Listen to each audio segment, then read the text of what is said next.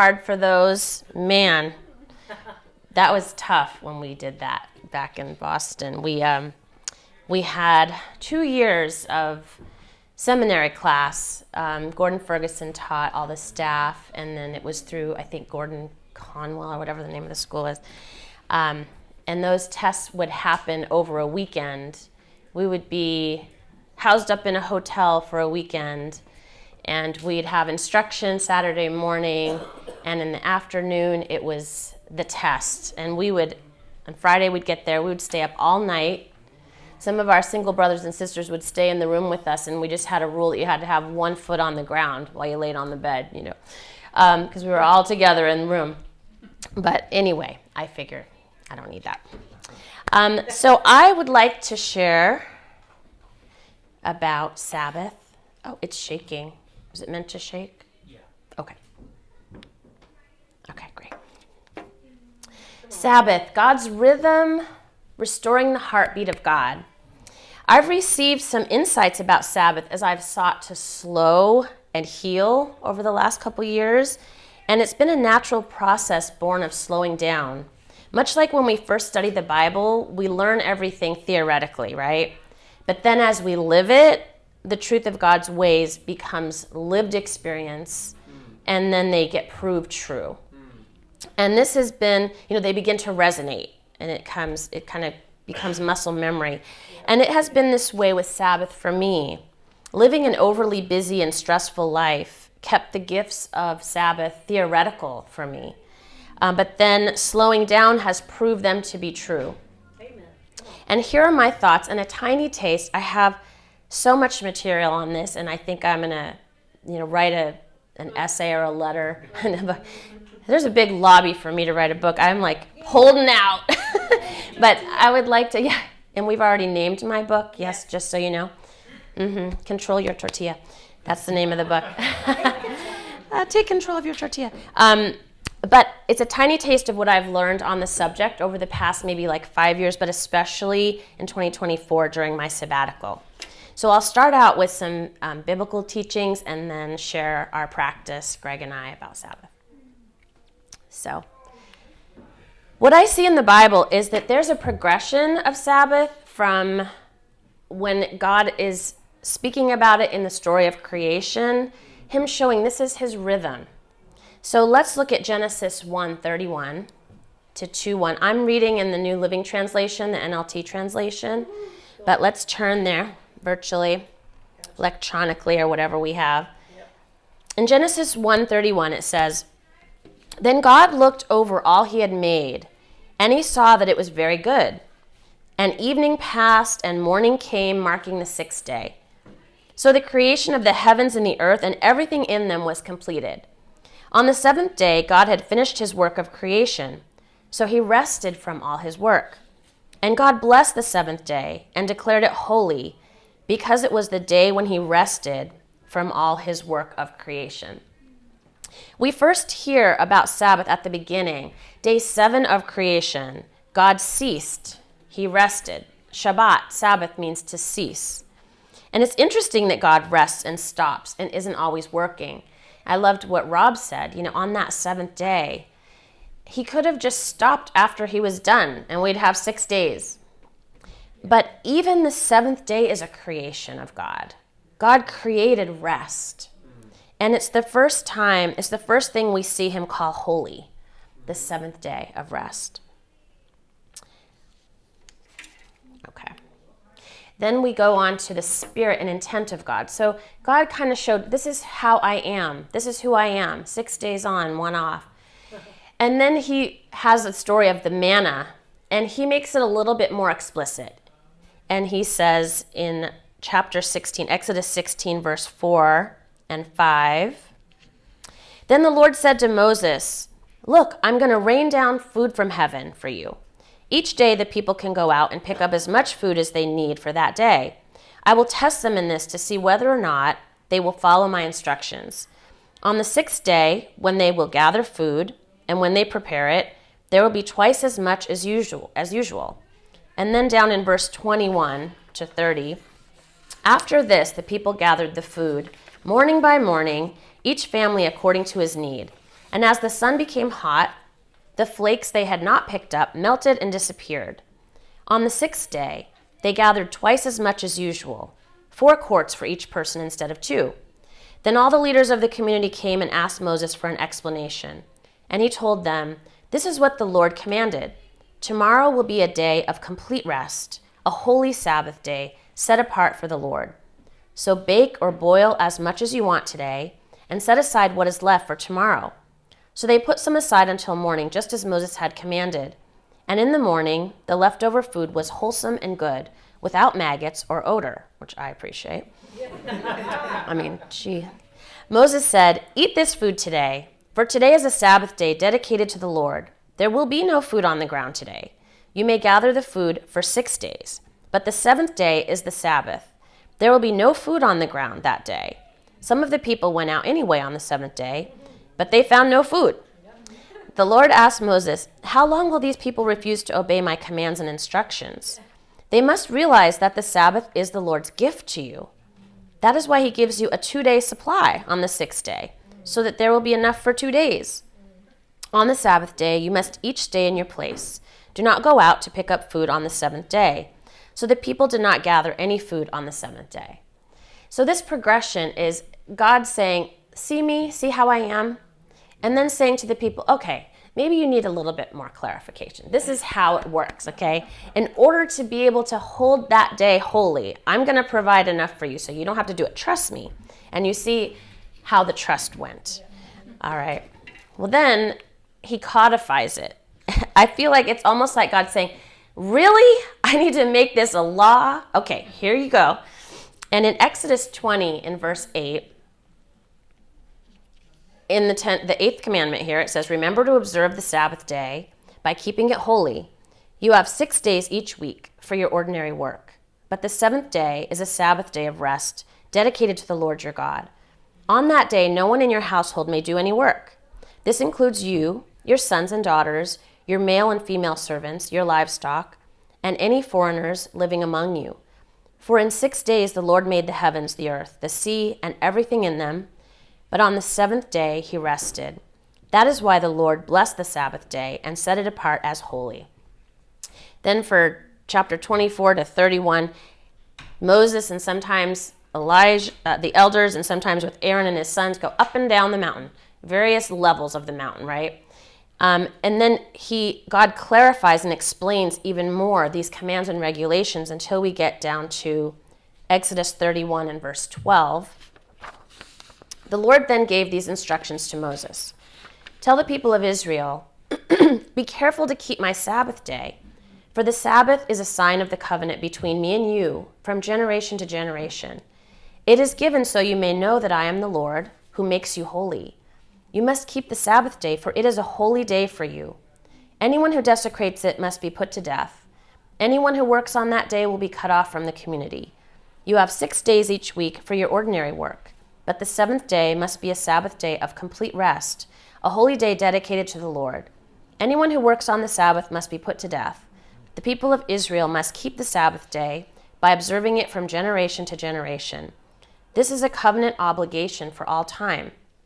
It is a permanent sign of my covenant with the people of Israel.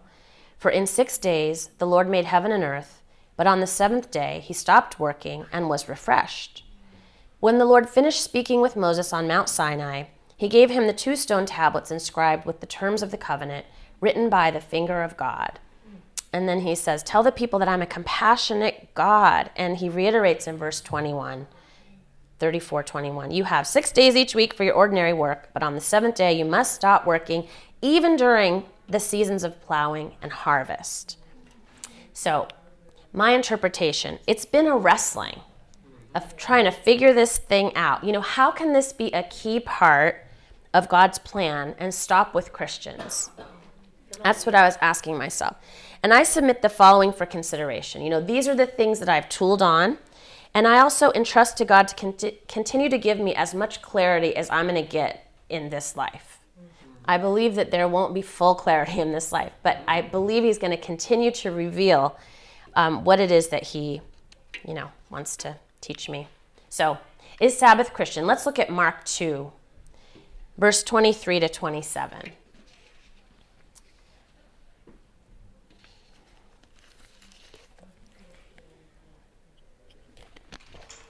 It says, one Sabbath day, as Jesus was walking through some grain fields, his disciples began breaking off heads of grain to eat. But the Pharisees said to Jesus, "Look, why are they breaking the law by harvesting grain on the Sabbath?" And Jesus said to them, "Haven't you ever read in the scriptures what David did when he and his companions were hungry? He went into the house of God during the days when Abiathar was high priest, and he broke the law by eating the sacred loaves of bread that only the priests are allowed to eat. He also gave some to his companions." Then Jesus said to them, "The Sabbath was made to meet the needs of people, and not people to meet the requirements of the Sabbath. So the Son of Man is Lord even over the Sabbath." And I have, 5 or 6 things for your consideration. This is the way my brain works, okay? Number 1, the purpose of Sabbath was to meet the need for rest and ceasing work. Right? Do we agree? Okay. Number 2, Jesus observed the Sabbath. God never stopped observing the Sabbath from that first 7th day onward, even in his incarnate state. Number 3, if Jesus is Lord over the Sabbath, there is a Sabbath over which he is Lord. Right? And number 4, in 3 of the 4 Gospels, Jesus is asked, "Is it lawful to heal on the Sabbath?" Jesus' response is not, "There is no Sabbath." His response is, as always, defining the intent and heart of God, is that we should do good and heal on the Sabbath. And number 5, similarly in Mark 10, Jesus is asked, "Is it lawful to divorce?" And he in turn asks them what Moses commanded. And then he says, "It was because your hearts were hard that Moses wrote you this law." It's interesting that both Moses and God had laws. And there's also seems to be a distinction between God's law, his regulations, and specifically the 10 Commandments. Up above in one of the verses we read, it said, these are he calls it's like small c commandments. My commandments and regulations, I can't find it in here. But it's interesting to me that the 10 Commandments seem to be timeless, a timeless hallmark of God's people. We're still not to murder and commit adultery and lie and all the other commandments. And in the verses we just read, God says that the Sabbath commandment, the 8th commandment, is a sign of the covenant and is to be a covenant obligation for all time. And I thought about Matthew 5 and the Sermon on the Mount.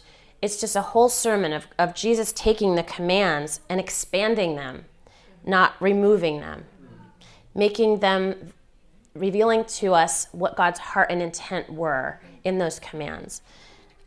In my research on this topic, it seemed illuminating to me to read the passages about the law and Sabbath and holding in mind that the thought that the law and the 10 Commandments are 2 different things. And so I would encourage you to try this experiment. Try reading Matthew 5, 17 to 19, and the book of Galatians, and Colossians 2, with the thought that they're only applying to the old covenant regulations alone, and not the 10 Commandments. And see what you come up with. That'll be the nature of my paper. I truly do trust that God will shape and form my and our understanding about Sabbath over our lives, and I'd encourage you to try it out if you haven't. If you're not currently practicing Sabbath, give it a try, because when we try these things, it reveals to us the truth of God's ways, and then you can see with your life in that muscle memory. Taste and see, and it's tasty, I'll tell you. So I'll share about our practice. So do no ordinary work. This is the rule, right? This is the Spirit of God. Do no ordinary work. So the Israelites had been slaves. The Israelites had slaves. They had livestock. Their ordinary work was labor, right?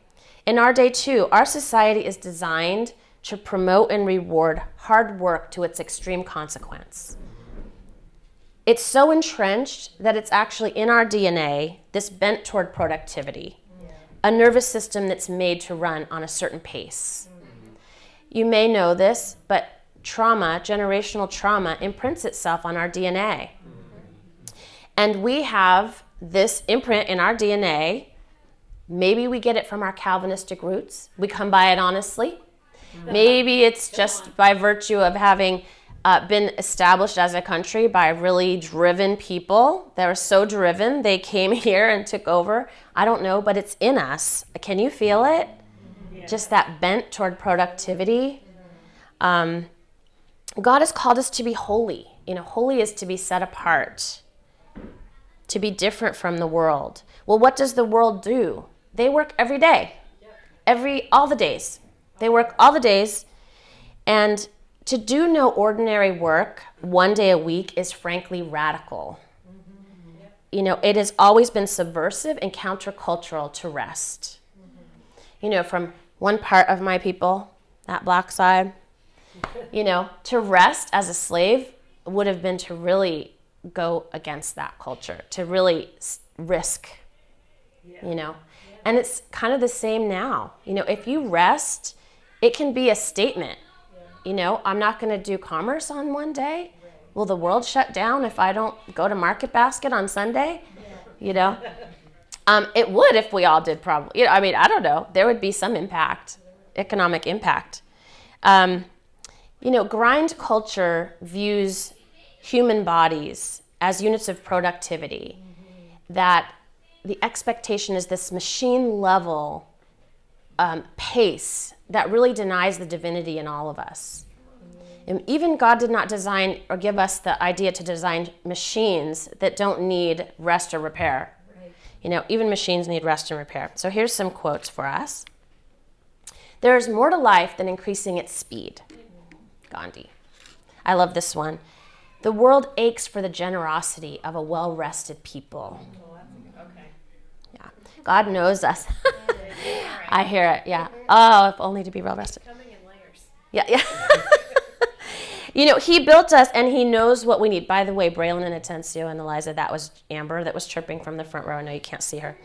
But God knows us and he built us and to know what we need. He knows everyone needs rest. Everyone. One of the books I read on my sabbatical was called Embracing the Rhythms of Work and Rest, from Sabbath to sabbatical and back again. And one of the quotes in there says, on Sabbath, I embrace my limits. We have God-given limits. He has given us limits. We can't stay awake 24 hours really very long. We need water. We need air. We need companionship. We need so many things, right? We need food. We need light. We need joy. We need play. He knows us. He built us. I think Descartes was the one who talked about mind-body dualism, that the mind and the body were separate. And our whole medical industry and doctors and everything is built on that there's a physiological reason for every ailment that discounts the fact that some of these things we come to because of emotions, because of our mind, and it's not just our body. But it's in us, in our culture. This is what we think. This is how we act. So we do have these limits, and we should embrace them. Our limits neither surprise nor disappoint God. We need to be human at least one day a week, right? That we get the gift of getting to be a human who is being and not achieving. Yeah. Come on. Here's another quote. The Sabbath calls us to build the doing of nothing into our schedules each week. Nothing measurable is accomplished. That takes work. It does take work. It's true. I know. You got to build it. Build that nothing in there. That nothing box that men have that women seem not to have. Maybe they'll be better at it than us. Nixon, okay? It's a Dutch concept. I love this. Since I learned this, I do this all the time. It means doing nothing or nothinging. It's nothinging together. Intentionally carving out time to be idle and allow our minds to wander, promoting relaxation and stress reduction. We are headed at such a fast pace to, I think, what is one of our top ways we die, whatever that's called, heart disease, right? We're all going to have heart attacks and die if we don't slow down. But Nixon is just a natural thing. To me, I call it piddling. I just piddle around. It's not sitting doing nothing. It's just doing something that is restful or, enjoyable, but not oriented around productivity.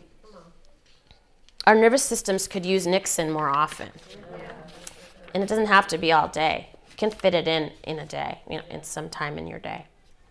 Okay, so I have this video to show, and it's actually an advert, so I'll stop it by the time we get to the advert, but I thought it was helpful, and I think I'll read this book next. It's an advert for a book. Bob says to be patient and wait. Wait for the Lord. All powerful Bob. No, he was right. See, he said to wait. I'm going to wait. I didn't push anything. Are you pushing something? I am pushing. Oh. He's helping. Oh, that's right. Oh, powerful Bob, make the video go.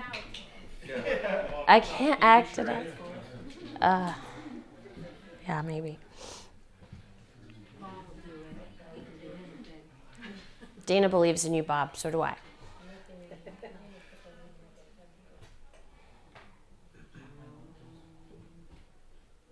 I like those trees. We should have thank you. We could just be nothinging right now. We're nothinging. Nixon.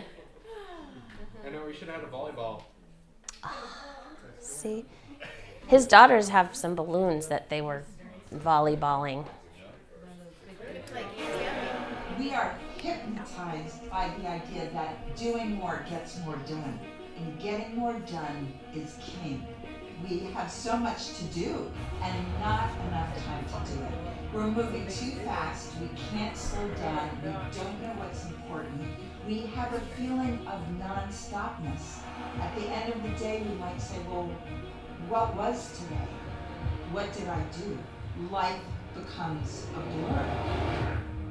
I want to invite you to take a bold, perhaps revolutionary step to break this cycle. Surprisingly, you actually can stop once a week for deep renewal, to take a real break. Not a scrolling down Twitter break, but a real break where we really stop. We get off that vicious cycle of trying to get things done, and we actually rediscover what's important to us. I was one of those people. I could stay up till 1 a.m., get up at 6 and keep going. But I ran out of steam. It never occurred to me that actually taking deep rest would help me, even though I was exhausted. In my book, we are... Bob, it won't stop now. So, I can relate to that. I feel like Greg and I have lived 9 to 5 to 9 for decades. Really more like 5 to 5 to 11. And it takes a toll. It takes a toll. And when you're in that phase of life where you have little ones, when you're in that phase of life when you're building your career, you're in that phase of life where you just bought a house and every single thing needs doing, or you just got a new puppy, or whatever it is, you just got married. Our bodies will tell us what our minds don't know sometimes. And for me, I was having a lot of symptoms of stress when I needed to take that sabbatical. Heart racing and sleep disturbances and feeling easily triggered and feeling unsettled more easily than I would normally. So we have stopped and we have decided to do Sabbath for about 2 or 3 years regularly. And Greg and I had a rocky start, kind of getting on the same page. Had a whole lot to do with football. And it wasn't just Greg. Yeah. It wasn't just Greg. I mean, I was like, what do you do about the Patriots game? I know the Bible doesn't say anything about the Pats, but it's funny, kind of, but it was like, it's also wrestling with guilt. Like, I know I need to rest. I know I need to slow down, and there's an opportunity to even take a digital break, like to not have screens and things like that. But it was, sort of our culture, at least our family culture. We had a rocky start kind of figuring out what day are we going to do it, and what are the things we're going to do, and what are the things we're not going to do, and what do we believe about it even, So we decided to practice, and that took the pressure off, because it's a practice run, right? And we just kept on practicing and figuring it out and falling off the wagon and going back to it. And I would say that now we're in a good place with it, that we really feel the gifts in it. And in our theme of love, I think we feel the love from God in it now. I prepare for Sabbath during the week, especially Saturdays, and I make a meal. But I usually try to make it simple, but I try to make it something we really like to eat and look forward to, so that it's special. And sometimes I plan something fun or creative. One time we made candles. We've gone out to our fire pit. We've done a puzzle. In the summer, we go to the beach, to Fort Foster. We sit and read. I love those times, There's not another day in the week when there's that much time to do something like that, to think up a something, and then to do that something. What we do. So here are the things we do. On Sundays after church, we eat slowly. We eat slower. We sometimes sit and have a glass of wine on our front porch. Nice. Yep, Taylor made for us. Thank you very much. We read. Here's where we take time out for our sponsor, Honeycomb Construction. Baptizing an employee later today. That's right. Lauren works for Honeycomb Construction. He's getting baptized today. Sorry. All right. So yeah, we talk. We talk without an agenda, like just seeing what flows. We nap, walk in our neighborhood. I like to take a bath. We talk to family on the phone. Sometimes I work in my yard, just walking around and again piddling. I might do flowers. I might do mulch. I might pick this thing up and move that over there. In the evening after sundown, we watch sports on TV, or shows or movies. But sometimes we just go to bed early. What we don't do, we leave the dishes. Hard. Wow. We fold no laundry. Nope. We leave our phones and computers alone. And we do no commerce on Sabbath. So we sit sometimes in the uncomfortability of unfinished business. It's not always blue skies and rainbows. Sometimes sometimes it's boring. But it's good for us to be bored because we're always stimulated. I think it's an underrated state of being, boredom. Yeah. By and by, we've stopped being fussed about being bored and actually don't notice boredom as much. But it was something. It was a something to practice through, figure out. We were reading a lot, right? So then we were sitting there and we were reading for 6 hours. And Greg one day was like, I can't read anymore. My butt hurts. And and I'm like, okay. We love reading, so that wasn't really that challenging. But week after week, we were like, okay, maybe we're not going to do only reading. So a word to those with little ones, do your good enough. Right? I don't say do your best. Those of you who know me, that's been thrown right out. Do your good enough. Yeah. It's good enough to do an age-appropriate, attention span, enabling, fun thing. Right. And even just simply taking away the routine for short periods tries out a new rhythm. Yeah. Right? Mm-hmm. So these are the books that I recommend. Embracing the Rhythms of Work and Rest. I had read The Ruthless Elimination of Hurry back when Jake had recommended it to us, and it was very helpful. But Embracing was just gentler and more considered, in my opinion. And I didn't feel like I needed to achieve Sabbath or perfect it, and that helps me. Yeah. Also, the book Margin and With are terrific. Both of them encourage and teach us why we need to slow down. In the book Margin, it's from the perspective of a Christian medical doctor, and there are lots of studies. It's very chock full of data in there, and charts and curves and exponential curves and all kinds of curves. And it's living without margin. This is his conclusion. Living without margin is making us sick. living without that margin. Yeah. Yesterday, I had the opportunity to speak at a Women's Day, and I was sharing about some of this, grind culture stuff. And I was sharing that, I used to plan my travel or events like end to end.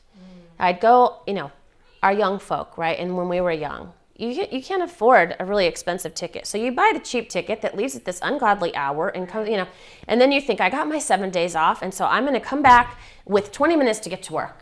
I'm going to take that red eye and just roll right into work. But now I have buffer days on either side of travel or big events or holidays.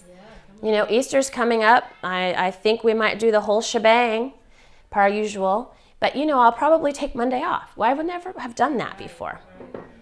And then was revolutionary to me and dismantled some of my religious perspective, some of my ICOC perspective even, about how we live for God, and we live under God instead of living with God. Yeah. And it dismantled a lot of my own guilt and shame. But both of these books really talk about the why, and Embracing the Rhythms kind of show you the how. So I look forward most to our Sabbath times each week. It really comforts me that it's there when I feel stressed during the week. I can look out and go, oh yeah, that's the time right there. Every day can't be Sabbath though, right? I mean, the rhythm is 6 days for work. It suits us. I mean, that is kind of how we are. But it's necessary that we shouldn't feel guilty about working. But at least for me, it's really helped me personally to embrace the gift of ceasing on the 7th. Cease on the 7th. I have this prayer that I don't know if any of you have heard of or practiced Lectio Divina, but it's sort of an ancient rhythm of prayer throughout the year. And there's an app now, of course, apps, and I listen to it in audio. And this was the prayer from this morning, and I thought I could end with us saying this prayer. So let's pray. Father, let me receive today all the sustenance and rest I need. Lead me, guide me, be close to me. Fill me afresh with your Spirit. May this day bring Sabbath rest to my heart and my home. May the gravity of material things be lightened and the relativity of time slow down. Amen. Amen.